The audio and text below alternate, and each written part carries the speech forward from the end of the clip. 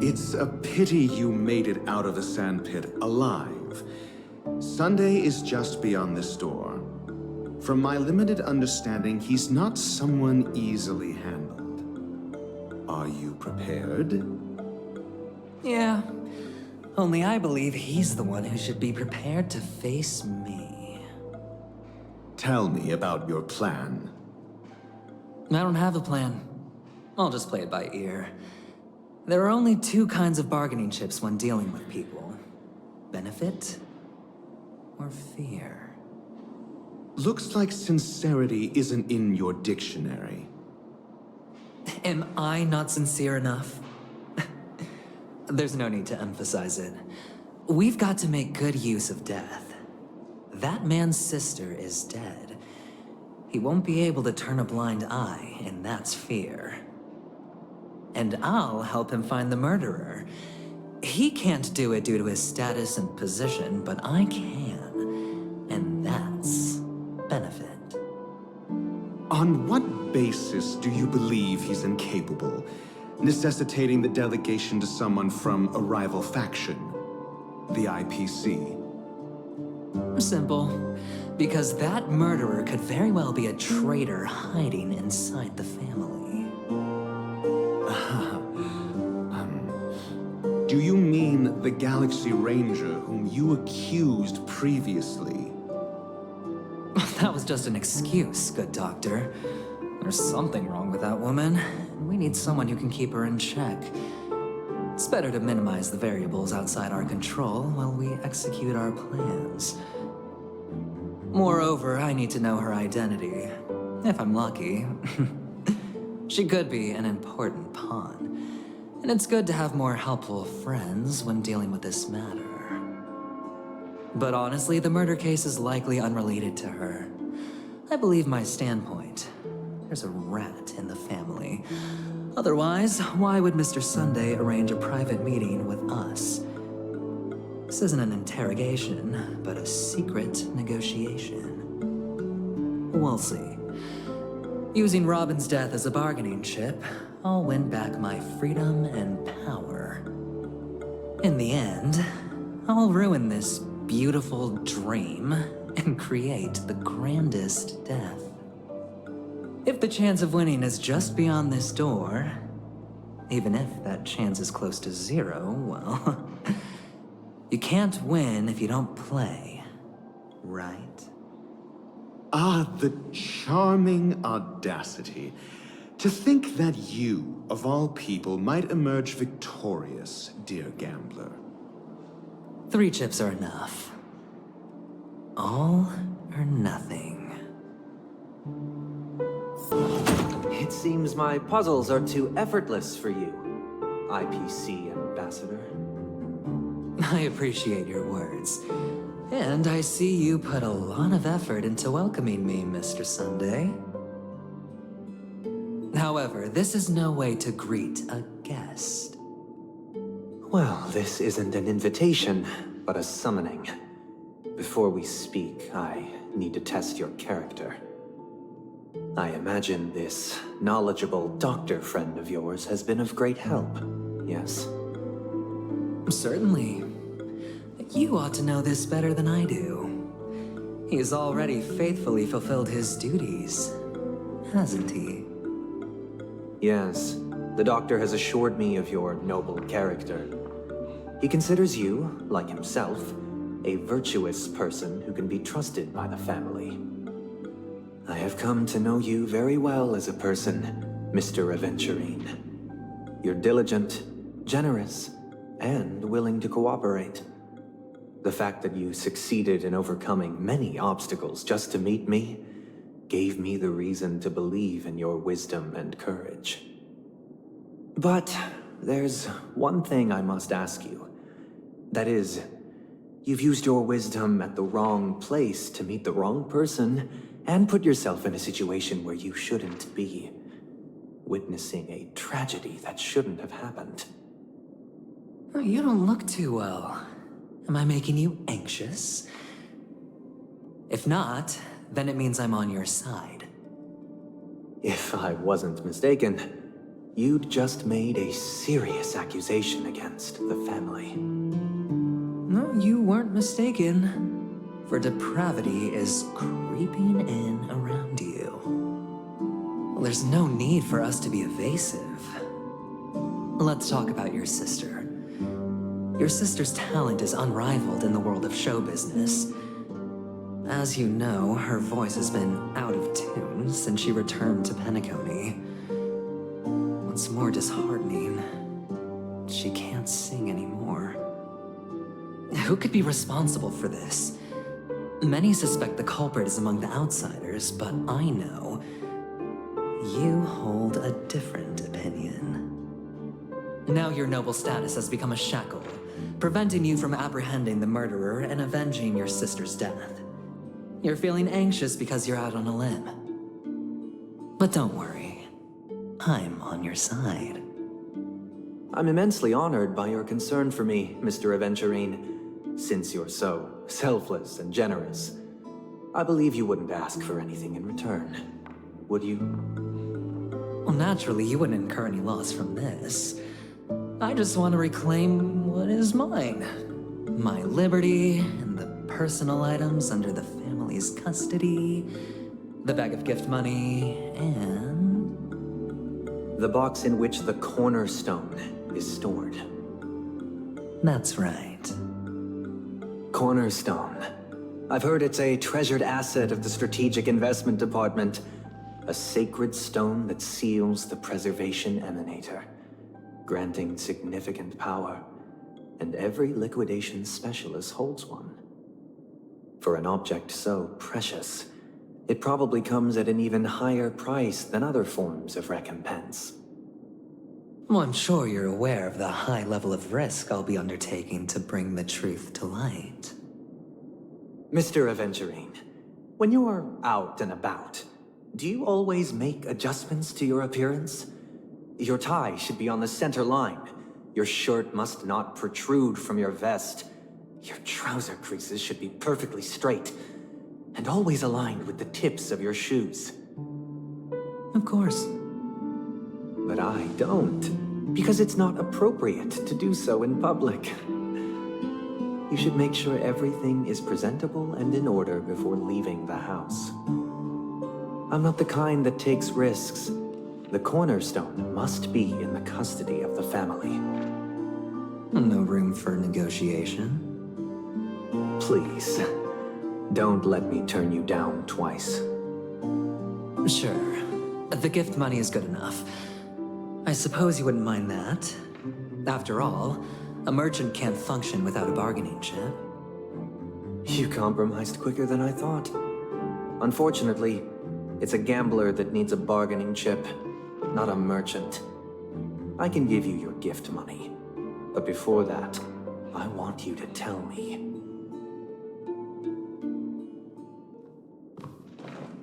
The fact that you can decisively forsake the box you asked for, what exactly is stored in it?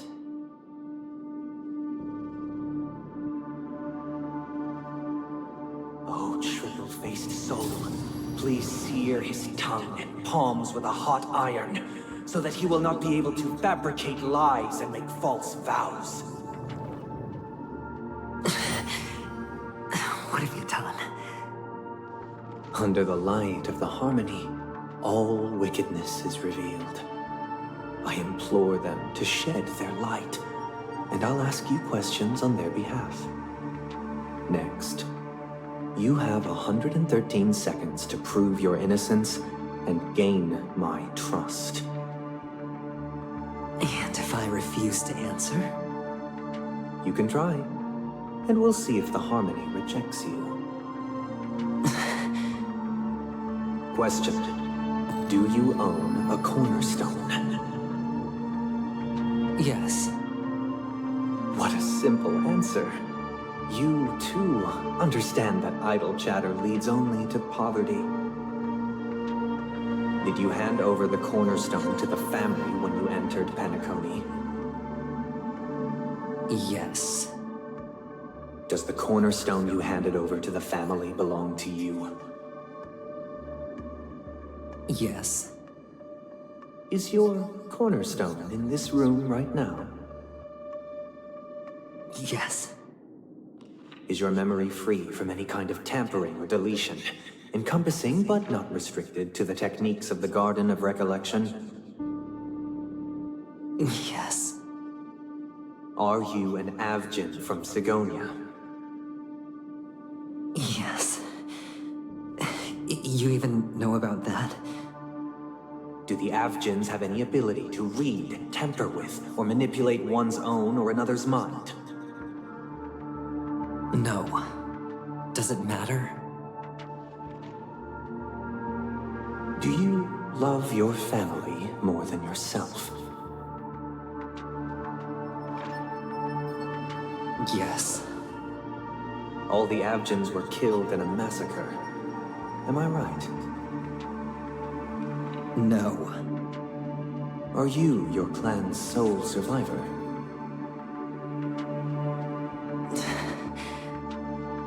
Perhaps. Do you hate and wish to destroy this world with your own hands?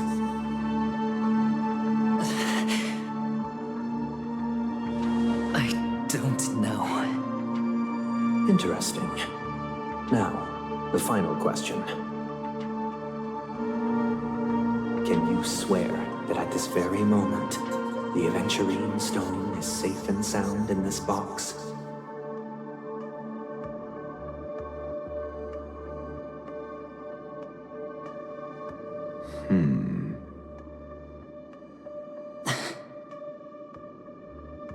Of course. Looks like we can get an answer. Open it, Mr. Aventurine. It's your last chance to defend your honor.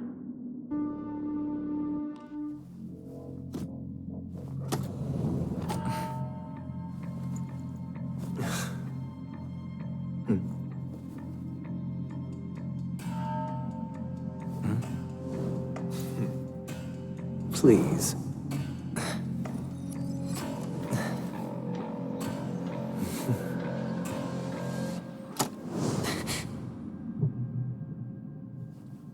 Are these what you're looking for?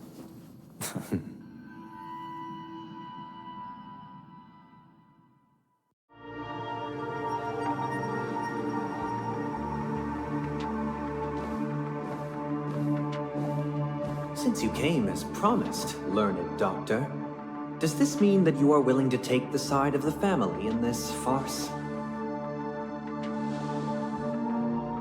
What makes you think you can convince me?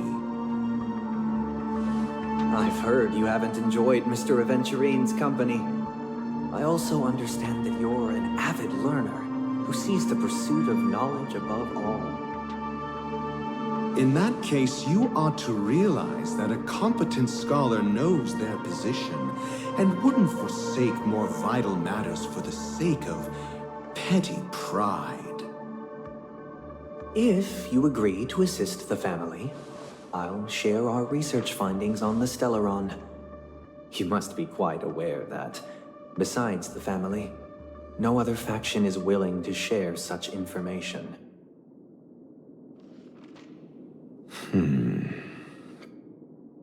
Cut to the chase. What do you need from me? I need Mr. Aventurine's comprehensive plan. Haven't you confiscated his cornerstone? You can't expect a featherless bird to take flight. But I've also heard the 10 elites in the Strategic Investment Department have united, progressing together in the interests of the IPC. You'll have to speak more clearly than that. The cornerstone, which Mr. Aventurine surrendered. Was it really his? You question whether he would entrust you with someone else's cornerstone. The 10 Stonehearts aren't as united as you think. Cornerstones are significantly more precious to them than their very own lives. but you know that he's a crazed gambler. The more vocal he is about it, the more cautious I must be. I never imagined someone would share his way of thinking. Honestly, you should see a shrink. Bring it. The box containing the cornerstone is unique, and only IPC senior staff and related members can access it. But I happen to be among them.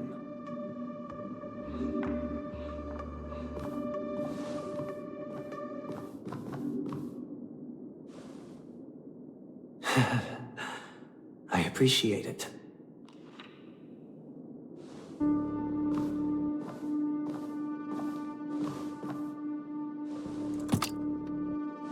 Unfortunately, your guess is correct.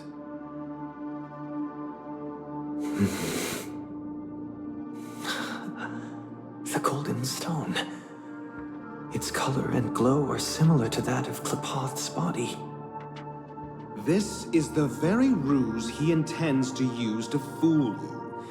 He won't reveal to you that the 10 Stonehearts chisel their own will into the cornerstones, granting them an unparalleled radiance.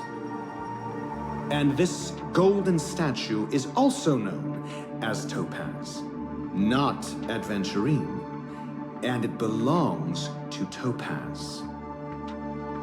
So, do you wish to confront him? Not at the moment. I'm more interested to know the location of his cornerstone. The safest place somewhere you'd never think of. Because he never intended to hide it. In fact, that cornerstone has been in your hands from the very beginning.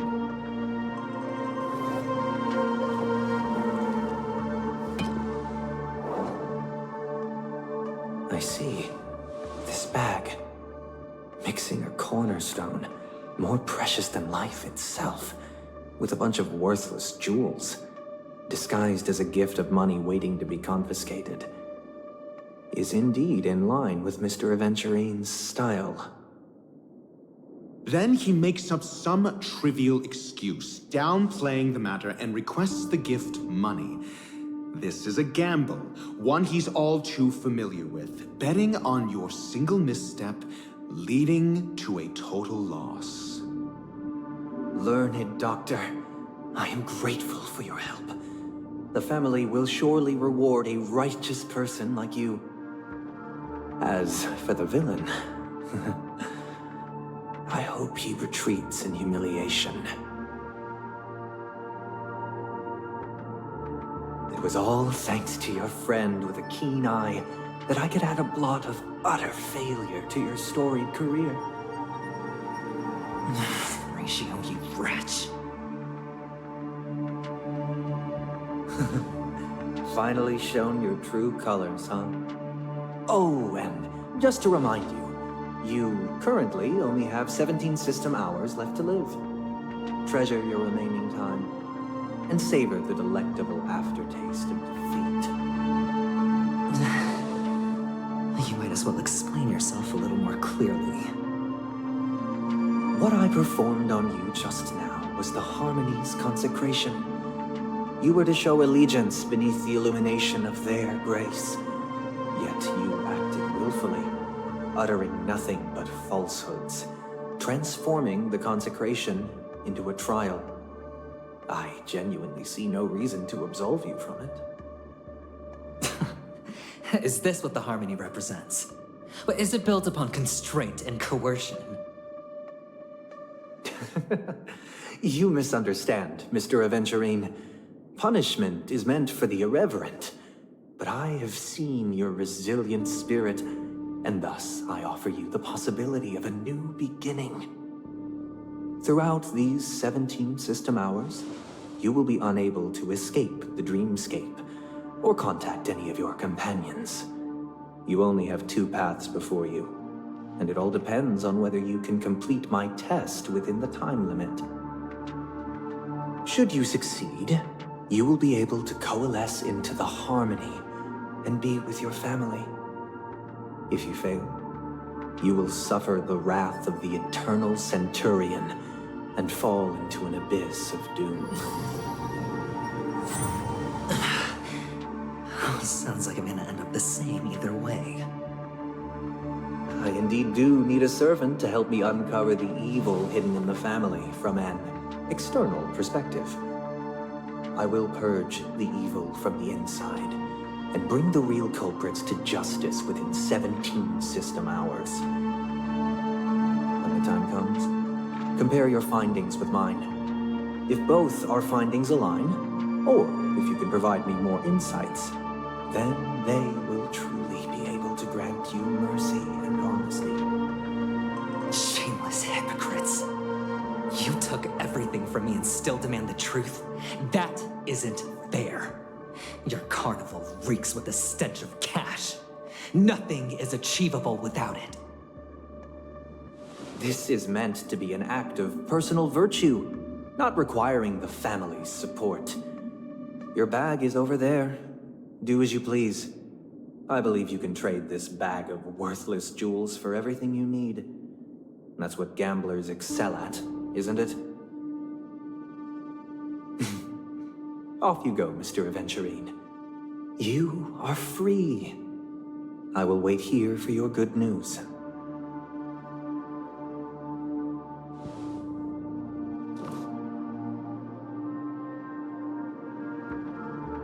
This meeting isn't an interrogation or a negotiation.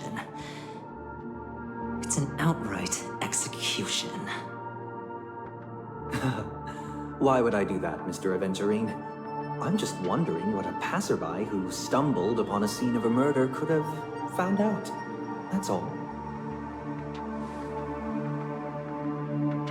By the way, before you go, I have a personal question. What is it now? Do you truly wish to bring about the destruction of this world?